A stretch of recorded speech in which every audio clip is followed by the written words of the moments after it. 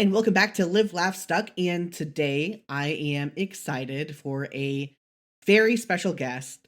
Today we have GameBro here to rank some classes and aspects. Hello, GameBro. Yo, what's up? It's your boy GameBro here. I've got the games. You know the rest of the fucking song. Yeah, this is gonna be fucking great.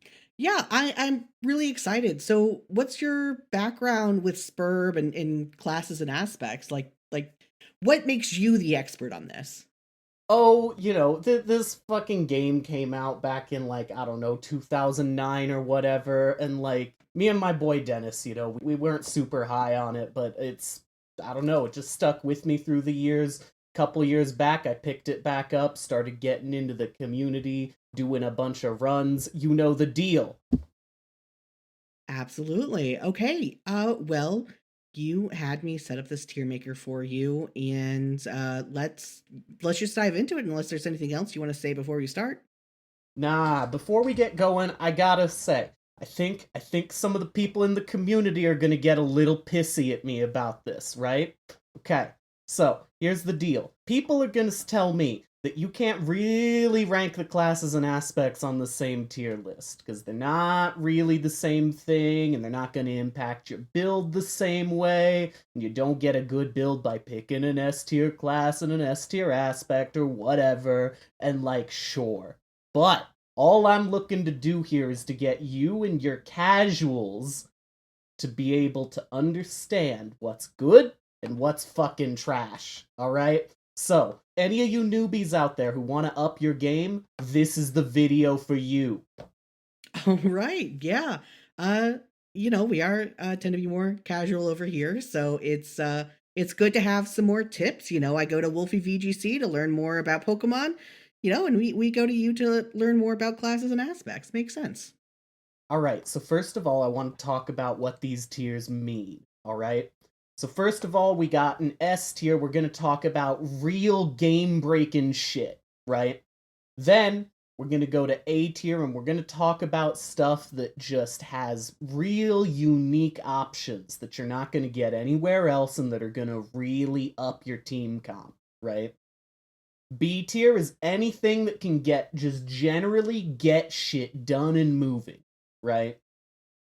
C tier is where we're gonna put anything that is not really gonna like advance your game plan super hard, but is just gonna fill out your team in a way that like anything below here is not, you know? D tier is where we're getting funny shit, right? Stuff that like is gonna suck ass, but that you're gonna be able to show off to your friends for style points, right? F tier, you don't run this shit. It makes you a bad teammate if you do. Alright? And then we're gonna talk about what's cheating. Cheating? Yeah, cheating. Uh, okay. I guess we'll get to it. So, yeah, let's start with breath. Okay, so the thing you gotta understand about breath, right, is that this shit's fucking busted as hell. Any typical breath player is gonna be playing along and you're gonna be carrying them through the entire game, right? They fucking suck ass, except you're gonna get to the end of the game and then the breath player's gonna unlock the retcon exploit. Alright? Now, the retcon exploit was found by this dude. I think he used to go by Ghosty Trickster or some shit, right? And he posted about it on the internet a while back. And the thing about the retcon exploit is that even though it's endgame shit, it allows you to go back and retroactively manipulate your playtime. Now, the legality of this has gone so fucking weird in speedruns lately. I think retcon percent is starting to like split off into its own category, right? Like in any casual run, you're gonna want to carry a breath player all the way to end game so that you can retroactively get the perfect run after you're done.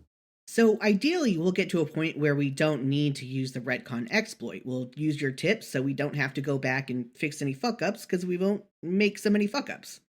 I mean, sure, right? But like when we're talking about getting the perfect run through in a game like Spurb, there's so much shit that you can never fucking predict. And the retcon exploit is the way that you go back and you manage the unpredictability of your game. Okay, yeah, that makes sense. Fucking S tier. Okay, yeah, sure. I definitely can't argue with that.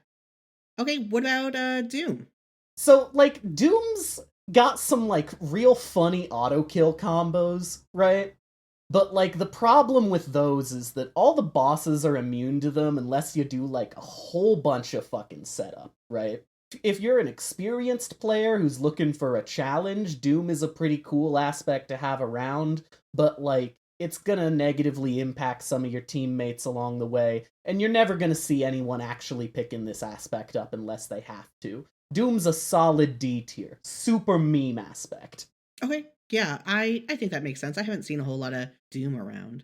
Yeah. Luckily, the devs didn't, like, make Doom look super appealing to new players or anything. Yeah, I mean it's also called Doom, so it Exactly. You might see some edgelords pick it up, and you wanna kind of avoid those people anyway. it's a nice red flag for them to go ahead and pick them up, you know? Exactly, exactly. All right, so now we're moving on to Heart. So, Heart players, they're like, they're fine aggressively. They're going to go in C tier. They can make solid filler, but they're also going to be off doing their own thing most of the time. They're a little hard to corral into a team setup real properly. It doesn't really do anything that's going to synergize with the rest of your team comp, but it can provide some like solid self buffs, and no Heart player is going to like actively hurt your team. Yeah, I mean, I prefer Heart, and it's, sometimes you just latch on to a favorite, and but I know it's definitely not the best out there. So I'm glad to see it's at least a solid filler, but I definitely need to branch out some more from just the favorite I first latched onto. I'd highly recommend giving some new shit a try. I mean, like, here's the thing. Having a solid Heart main around in your friend group, never a bad thing, right? Like, the filler aspects are not bad. You want to run aspects above C tier if you can, but like if your team is already filled up all those aspects, having some filler mains around is not a bad idea. Okay, yeah, great to know. Moving right along then. Think we're gonna go. Yeah, we got Hope. Now, I feel like I barely even gotta explain this one, but I'm gonna break it the fuck down for you casuals, alright? Now, here's the thing. Hope players are probably gonna look real cool. You're gonna look at it and you're gonna be like, oh, this aspect, like, gets to fuck with reality. But here's the problem. You don't get to do it right up until the very end.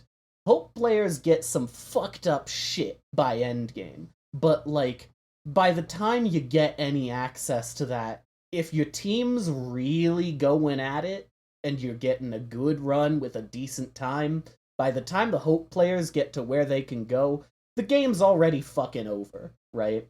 If like holding your teammates back until the end game is like your thing, then I guess you can be a Hope main, but like it's just not fucking worth it.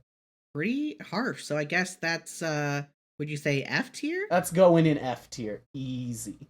It's interesting how Breath is really great for endgame, but Hope, which is also an endgame aspect, is just still terrible. It's all about what you can do in the end game, right? Hope players can absolutely fuck shit up, and you'll never hear me denying that. But the thing about it is, what Breath allows you to do if you spend the time to get to it fixes the problem that it took forever to get there in the first place, right? That makes sense, yeah. Alright. Life, pretty good. Real solid support aspect here. Reviving your allies is just an option that you cannot live without. There's limits, but this game's hard as balls, and you need as many crutches as you can get moving along, especially if your team's running some casual shit like Hope. Absolute top tier support aspect, going in A tier. Yeah, absolutely. I mean, revival is a huge part of this. The game has inbuilt revival mechanics that you have access to regardless of aspect, and having a life aspect player around doubles your available number of revives, which is a crazy benefit that you just can't live without. For sure. What about blood? So here's the thing, and again, I think people are gonna get real pissed off at me about this, right? The community's pretty low on blood overall. Most people say blood is just breath, but worse and without the fucking retcon exploit. Now, those people are fucking wrong, alright? Blood is an actively busted support aspect. It goes right in A tier. Blood players keep your team cohesion moving, and they really amplify any other good aspects around them to their maximum potential. A good blood player is going to keep your team grounded and lower your time a ton overall, even if they don't necessarily themselves do the active work to get your team moving.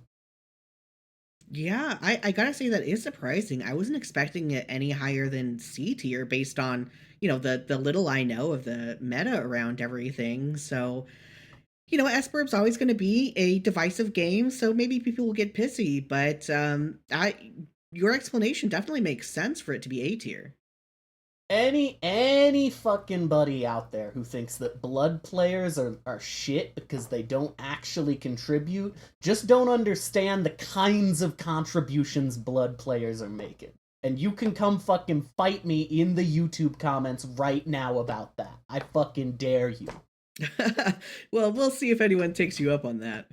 Now the thing about light, this is a fucking you're this is a support aspect again, but it like this is an aspect that's like half luck based, so like it can make some contributions, sure, but you can't count on them in a concrete way when you're actually needing them, you know? You gotta rely on the roll of the dice. And gambling is not a fun and chill hobby, my dude. So, we're gonna put this right in D tier. I thought that yeah, obviously my interpretation could be wrong. I just had always assumed that light increased your luck rather than increased. Well, I guess by increasing your luck, you would increase your reliance on it, but that it would be more odds in your favor.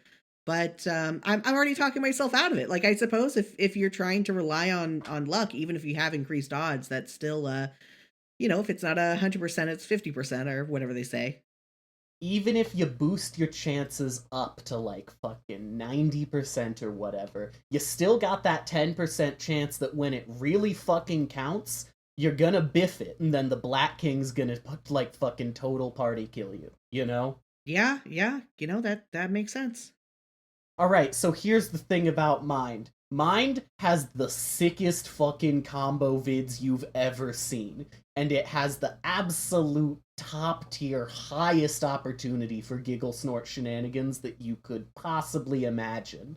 But, like, it's more of like a fun, jokey thing than like a real strategy you can do. So it's fun to have around if you're experimenting with some sort of weird fucked up challenge run, but that's really not what this tier list is measuring. So we're going to put it right at the top of meme tier. Yeah, I have seen some of those combos videos, so I thought it might have been a bit better than that, but that makes sense. Just because something gets viral on TikTok or whatever, doesn't mean it's a good combo. It just means it looks cool. Exactly. Mind can be fucking flashy as hell, but it's nothing beyond that. Okay, now what about rage? Rage, alright. So, Rage players are like what Hope players wanna be, you know? Unlike Hope, they actually have a pretty decent fucking early game, and they even get to start fucking around with their reality warping powers before they even hit God tier some of the time. It just never hurts to have like a raw DPS nuke on lock, and no matter like what class you're gonna pick, a rage player can just output when the moment calls for it. They're kind of like the inverse of light players in that regard. They're not gonna output all the time, but when they do, it's when you need it. It goes right in B tier. In other games, I do like to play around with DPS. Maybe if I switch away from hard, I'll try rage sometime. I think Rage is a solid fucking pick. Okay, now space. Space. I mean, you got this really interesting kind of problem when you're trying to figure out how good space is, right? Which is that if you want to actually win the game, it's impossible to win without having a space player on deck. You gotta get that frog bread. It's impossible to win otherwise. You can kill the Black King, which might work for your any percent run, but if you actually want to reach the end screen, you gotta get the Genesis frog out. So, like, it's real hard to figure out how much credit you're gonna give the space player for winning the game for you, right? Because, like, getting to that end screen is the goal, but, like, did the space player really do that for you, you know? It's not a part of their power set, they just, like, their presence unlocks a part of the game that you need to get there. And when you look at their actual power set, it's not like it's fine, you know, they're not gonna hold you back or anything, but like it's just not gonna do anything big aside from get you to that end screen, right? I don't think they actually get the credit for that. And as a result, I think they gotta go in deep. They're kind of meme tier. Anyone trying to main space is seriously a trooper, and we would not be anywhere in this community without our space mains. I fucking salute them. But space builds, they're always trying to just compensate for how shit the aspect is, you know? Yeah, I mean, I know you say you respect our space players because obviously we know that they are necessary, but I feel like that's gonna get you some fights in the comments. Probably. And hey, look, I'm not shitting on the space mains. Y'all are fucking real ones, but your aspect is trash. And now this is one I know I'm gonna get some fucking fights on, alright? The rest of this community is like super fucking high on time, right? It's this shit can like fix your mistakes and all that, but like here's the deal. Unlike the retcon exploit, which again costs nothing because you can go back and erase the costs that it takes to get there. Time as an aspect actually comes with a bunch of fucking real consequences for using it. It's a cool reset button, but it brings with it a whole bunch of extra trouble that you're not fucking asking for. I respect the attempt at being a mini version of the retcon exploit, but it's actually fucking balanced, and that means it's just not worth running. B tier. Wow, I thought you said some contentious stuff before, and I was wondering when you brought up the retcon ability. I'm like, okay, well, time's probably going to be rated pretty high, but no, I guess it does make sense. A retcon is a retcon; it erases the mistake. While time has to keep that balance of constantly running back and forth. But whew, you know what? Comments are engagement, so I'm not complaining. You gotta keep in mind, all right. Look, we're looking if you're looking at the speedrun categories, right? Time doesn't actually erase the time that you spent in your doomed timelines. You Yeah. still gotta go do the doomed timelines. The retcon exploit just mean the doomed timelines never fucking happened, right? Yeah, yeah, that's true. I guess I hadn't really thought about it. That's why you got me here. All It's right, true. moving right along to Void. All right, now here's the deal. Void mains are dog shit. They're the most likely to disappear when you really need them. I knew this one dude who was a Void main, think his name was fucking Centaur's Testicle or some shit, fucking offed himself via clown when the team needed him most. He fucking enjoyed that shit too, sick son of a bitch. Fuck Void. F tier. You know, that username in what you said about that brings up so many questions that I want zero answers to. Holy shit. Yeah, okay. You know what? Let's move on to classes now. I'm just going to close the door on that one. Yeah, I think that's the smartest decision you could have possibly made. All right, so now we're moving on. We got Bard. All right, now here's the thing: Bards are unpredictable as fuck, right? But a good Bard main knows how to work together with a Sylph or a Blood main to keep their shit in check, right? So you like fucking Bards and Blood mains name a more iconic pairing. Fucking more iconic than Medic and Heavy TF2 on this shit, I'm telling you. Alright? As long as you manage their downsides when you're doing team comp, you can point a bard at any fucking problem and it's just erased. The bards also fucking take more punishment than a BDSM brat, so like, can you really fucking complain? B tier. Easy. Yeah, I wish they'd patch the outfit though. Ah, yeah, fucking don't even get me started. Moving on to air, alright? So, like, alright, you know? Just like in real life, some people are born with a fucking silver spoon in their mouth, and that's heirs, alright? They get they just walk around and shit just works out for them, and that's just how it fucking is. They get real cool passive self buffs, a lot of real interesting abilities, but you need a galaxy-brained air main who can actually use them effectively, and those abilities don't always self-synergize in the way you want them to. It's a real fucking goofy class. Easy D. Okay, what about Knight? I hear this one's pretty popular. Knights, alright. So, Knights are pretty... Look, not every single one of these takes can be like, fuck off sun blisters hot, if you know what I'm saying. Yeah. I gotta acknowledge, knights can get fucking shit done. And as long as your knight main can stop fucking crying about it, you won't be sad to have one around. They're a killer combat tank and they go in B tier fucking easy. Okay, yeah. Moving right along, we're gonna cover these two together. We got Lord and Muse, alright? Now here's the deal, these two classes are fucking cheating, alright? Unless you're fucking employing some weird hacks or cheat codes or whatever, you're just never gonna have access to them in a regular, normal, standard game. You got like fucking 2-player games where they can be useful, like the weird 1-player game mode that's here, but like fucking if you're not doing the single player campaign or doing like a 2-player challenge run, they're just not even worth your time. But they help offset the limits of those challenge runs, so they're fucking cheap. Get them out of here. Alright, so next up we got mages. These are the next real class we're actually gonna look at. So here's the deal. If you take a peek at mages' skill tree, I think you'd pretty reasonably think that mages are like actually pretty decent. But like, I got a question for you. Have you ever actually met a mage main? I, you know what? I think I know one, but they don't play a whole lot. They're just more in it for the lore. Alright, yeah. See, that's the problem. Meet a mage main just once, you'll fucking get it. Don't be a mage main. F tier. Okay.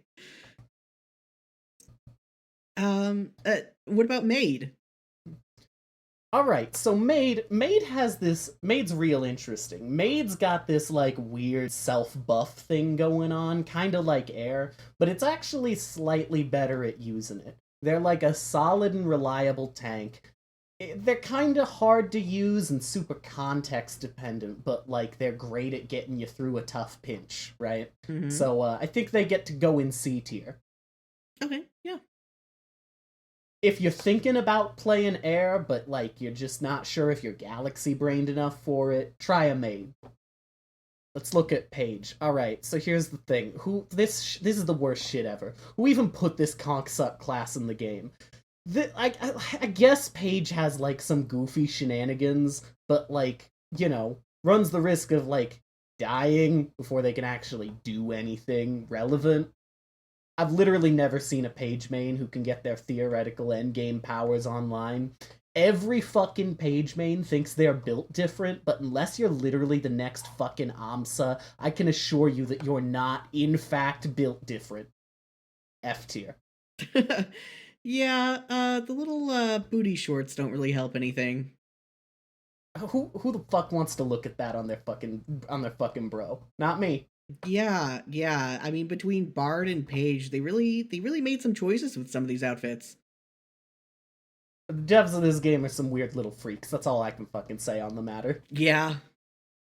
Alright, so Prince. They're this, like, weird fucking DPS class, right? But they also get all these like weird debuffs and shit.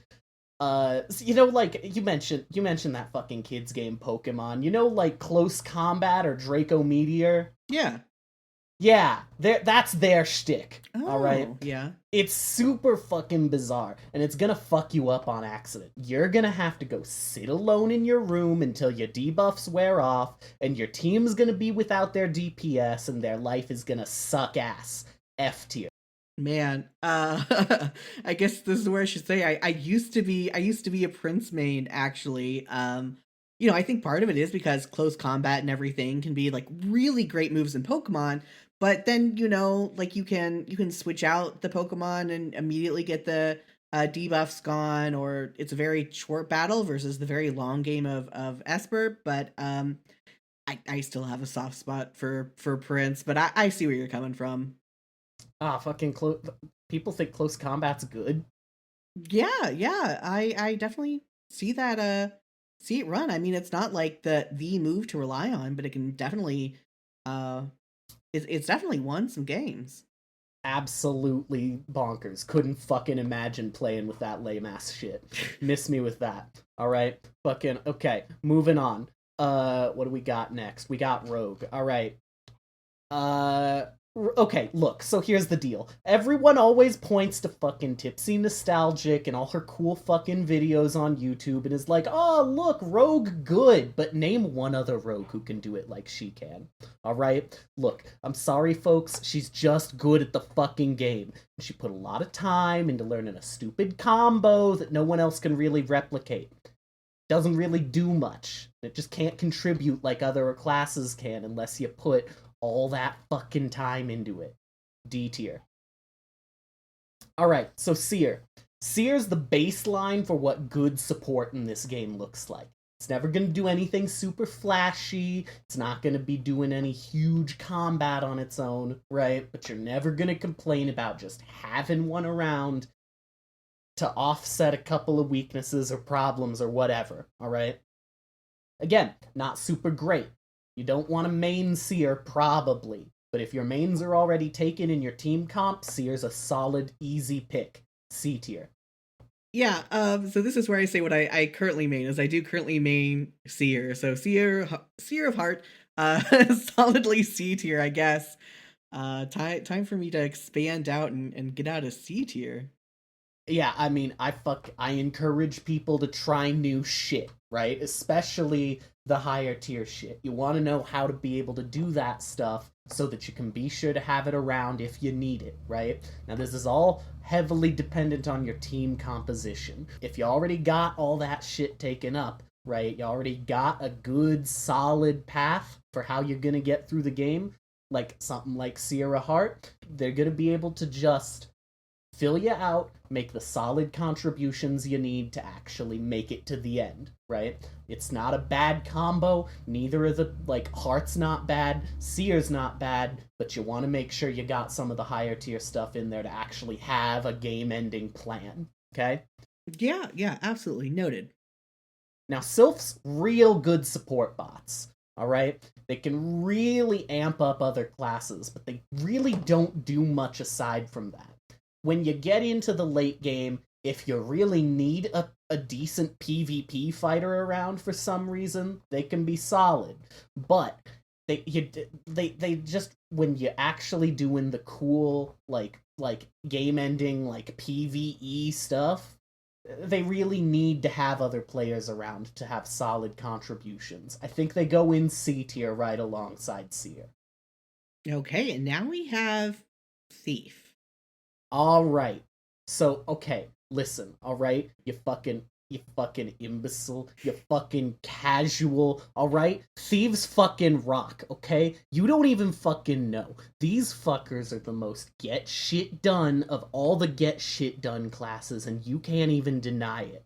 Ever. Seriously, okay? The only class with higher highs than Thief is Bard, and Thieves get pretty close without any of the downsides that keep Bards held back, alright?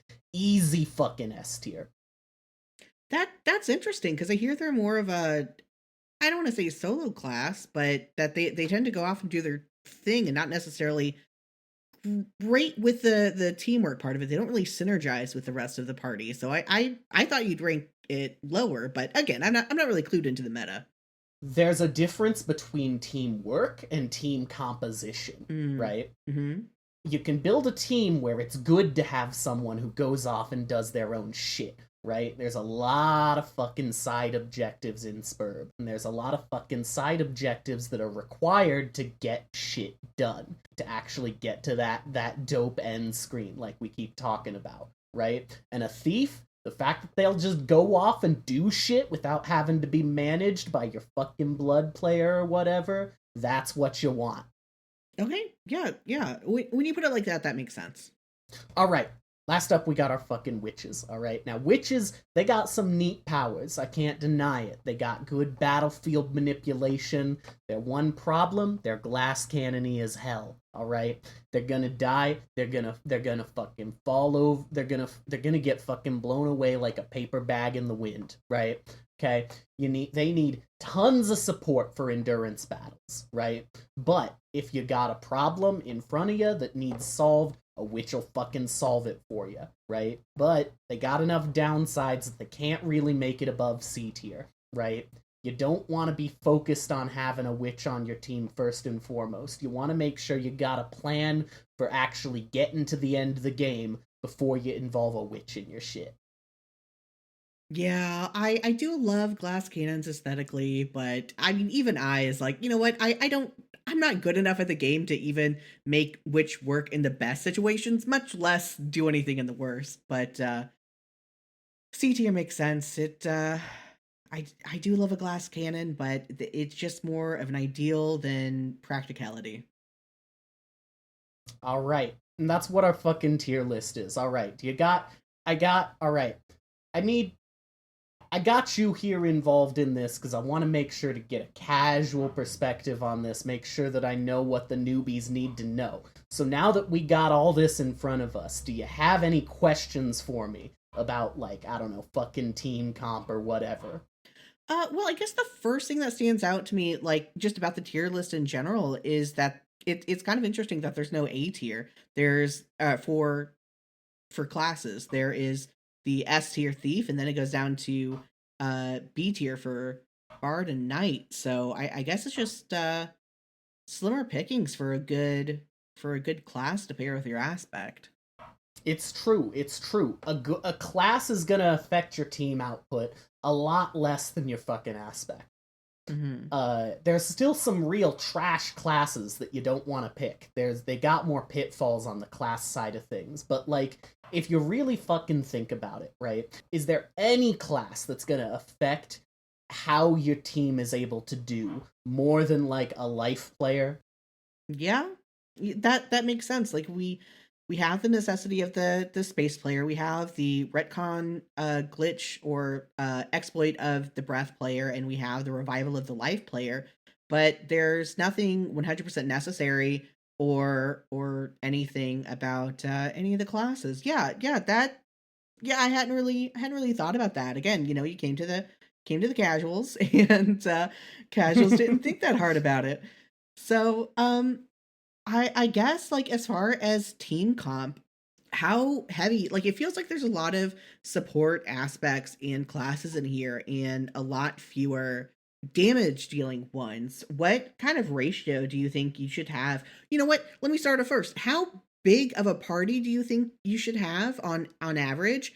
And what kind of percentage composition of the different types, like the support or the damage or the whatever, should you have on those teams? All right, so here's the deal. What you're looking to do when you're trying to make like an ideal world record time kind of build, right?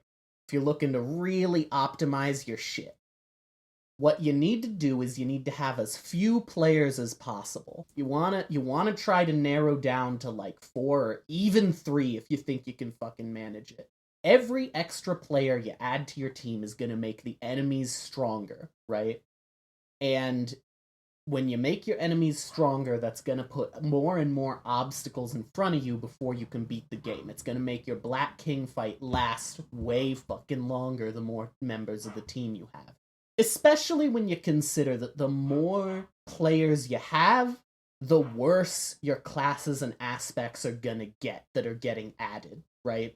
So you're just making your enemies harder and harder to kill for no fucking reason, because the benefits of adding more people are gonna get lower and lower over time. So what you want to do when you're looking at your actual team comp, right? You want to have a solid tank that can really take a beating, right? This could be like your bard or your knight or whatever, or even a life player, right? Life doesn't just let you revive people, but it'll also really boost the amount of punishment you can take. Same with rage. So you're gonna want probably like one real solid tank and one real solid damage dealer. Now, in the case of rage and bard, these can be the same thing sometimes.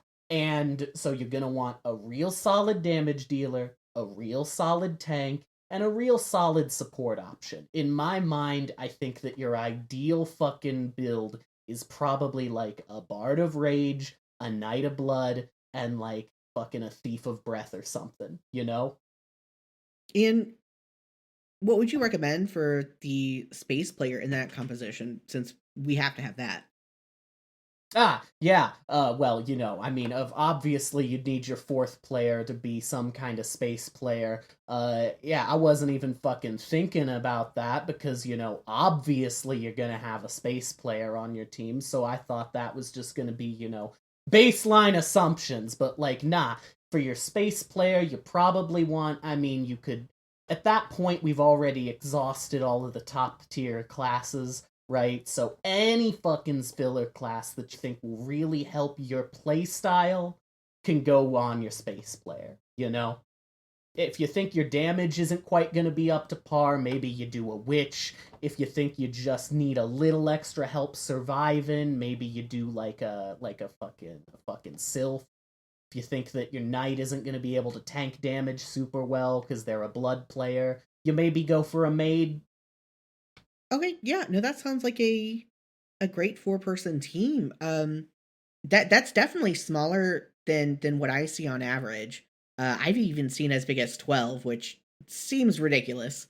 Like you said, like the more you have, the more powerful it gets, and then that's just using all of them except for the cheating classes. So If you play a fucking 12 player session, you're gonna have a hope player and a void player in there. And what are they really gonna be adding to your team at the end of the day? When really all they're gonna do is make shit harder for you on average, and then they're just not gonna be able to keep up with their contributions to actually make up for that. You feel? yeah, yeah, absolutely. Like I said, it seemed even way too much for me. I'm more of a 6 or 8, maybe. Now, I'll be honest. I've played in a couple 12-player sessions before, right? That's where that fucking centaur testicle guy came up, right? Mm, And the thing is, they're a blast. I'll be honest about that. They can be a good time, right? But it's like playing Smash Brothers with items on, right? No one's gonna take your run seriously. yeah. So speed run is something that you've brought up quite often. Are there any other challenge runs that you think are fun or would recommend? I guess casuals to play, since we're talking to my audience. Like any casual friendly challenge runs? I think that's an oxymoron, a casual friendly challenge, but you know. Nah, yeah, I hear what you're saying. So I think if you're looking for a real casual friendly challenge run, a two-player session always going to be a good time. You get real fucking overpowered classes to blast your way through the game if you want to use them. And like it really minimizes down the amount of trouble you're gonna run into with how hard your enemies are gonna get, right? Mhm. Which is why I call them fucking cheating, right? It's Yeah. like, why would you would think for balance reasons, right? You'd have the master classes be available in like a 12-player session, but nah, they give them to you for fucking making the game easy on yourself. So whatever, I guess. I'd say that's the real casual run of the game, you know? Yeah, I hadn't thought about trying that out because it just seems so strange to run Esper with with only 2 players, but I might have to give it a shot. Now, if you want to play the campaign mode, I will say it's fucking nothing like what you're used to. Now, most people think that you can only play the master classes in campaign mode. That's technically not true. I think that it's a great way to refine your craft if you've found your fucking main, right? You can go through the campaign mode to like really practice up, you know? Uh it can be a fun blast if you're just playing with one of the master classes. If you found your main, it's a great way to hone your skills, but I wouldn't expect to beat it. Yeah, it is. It is pretty rough. Okay, well, I think that's it. Unless there's anything last you want to add, that's all the questions I had. I think that's about all I got for you today. Okay, well, thank you so much for coming on. This has been very educational. I'm sure my listener base will be very happy to hear all these tips. I mean, who doesn't want more tips to play this game we're all obsessed with? And yeah, I mean, I'll have to get you on some other time. I mean, I'm sure there's plenty of other tips you could give us for how to get through things. Maybe I'll get some feedback from my listeners and see how they fared with some of the tips you gave. And I'd love to come back and get your casual ass audience some fucking school feeding anytime you like. yeah.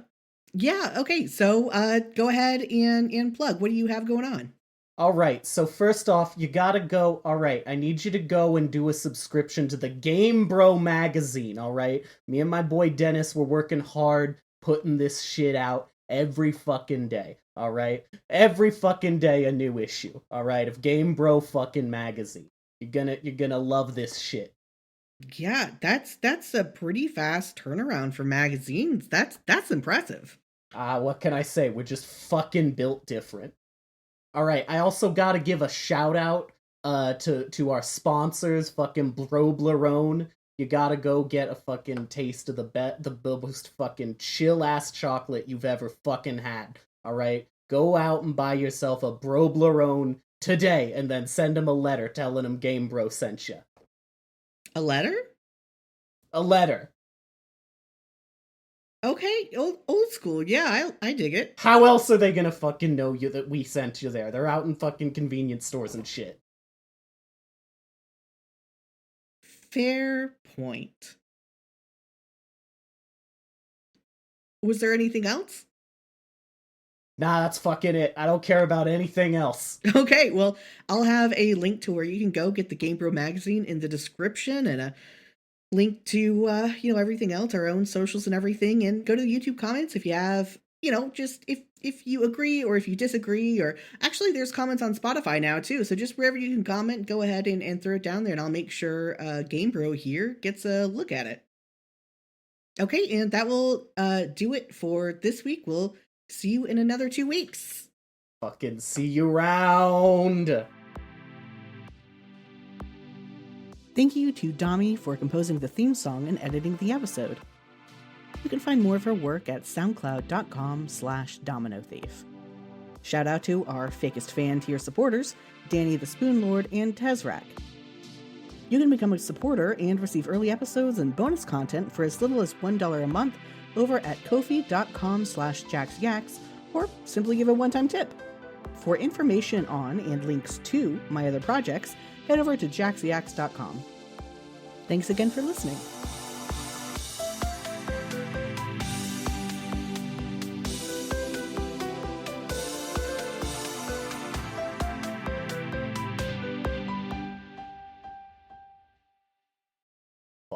Fuck yeah. Oh, okay. Can I make us go back into the plugs? I thought of another fucking joke that's like, yeah.